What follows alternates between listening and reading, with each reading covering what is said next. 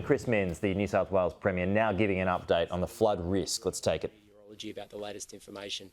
The point here is that this is a significant weather event. It's very important that everyone in New South Wales listens to the latest broadcast for updated warnings, particularly in your local region. If you live in a flood-prone community, download the Hazards Near Me app, understand what the risks are in your local community.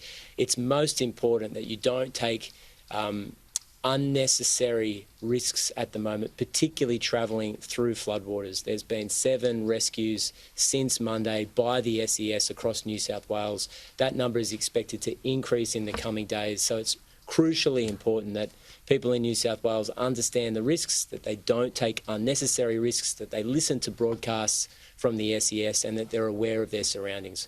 Look out for your pets. Make sure that you're following the direction of the police, the fire brigade and the SES, and hopefully this weather pattern will move through Metro Sydney and then through the New South Wales South Coast in the next few days. But it is a volatile event and we need to make sure that we've got the latest information.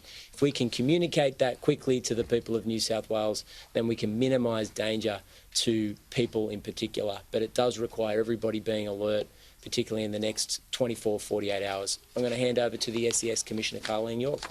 Thanks, Premier. Thank you. This is a significant weather event for New South Wales SES and the community right along the coastal areas of New South Wales. So we've started up with warnings from the Bureau in relation to their forecasts up in the Northern Rivers area. It's now extending down into the south coast. So at the moment we're seeing some heavy rains across the central coast and metropolitan areas of Sydney.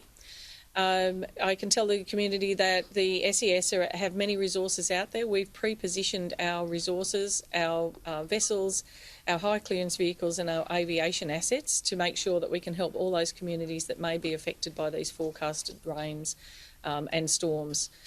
We are looking at winds of possibly up to 90 kilometres an hour across the metropolitan area, and it has been raining heavily overnight and it will go through today as well. So at the moment out there, the roads are quite dangerous, heavy rain, so I'm asking people to drive towards those conditions, and if it's not a necessary trip, to put it off to another day. The SES are putting out lots of warnings to be ready to our communities in those areas that I have mentioned, particularly the metropolitan area and out around the Hawkesbury and Nepean area. Those communities out there at the Hawkesbury and Nepean area have obviously suffered floods many times before, but it's always important to stay up to date with our information. We've put out a lot of information through social media and particularly our new Hazards Near Me app that targets those priority areas that may be at risk. When you go into our website and the Hazards Near Me app, it will tell you what to do to prepare in the event of a possible evacuation.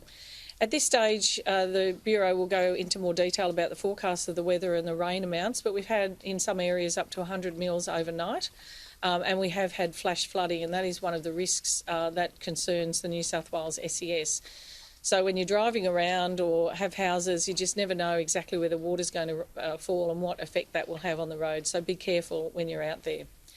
So for those communities that do get affected by flash flooding and possible flood waters, please be prepared, listen to the SES, and make sure that you prepare your house, you've cleaned out your gutters, you're tying down equipment, and watching for, we've had a number of calls for fallen trees affecting different homes and areas. So the SES are quite busy out there. We've had 550 calls until 6 a.m.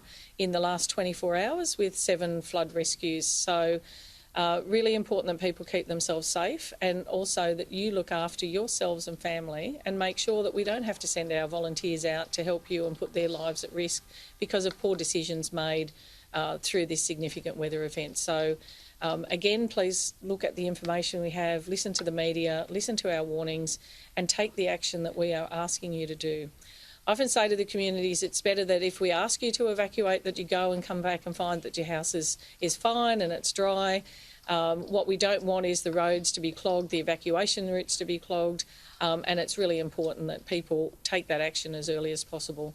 have a plan for where you might have to go, have a plan for what you might have to do with your pets, and have that emergency kit ready with those important documents, any medication, and things that you need that would help you if you are asked to evacuate. So be aware of those conditions, and as I say, it is moving through the metropolitan area, and it is starting to go into the South Coast area, and we'll be starting to ramp up our communications out to those communities as the Bureau gives us advice, and we will act on that advice.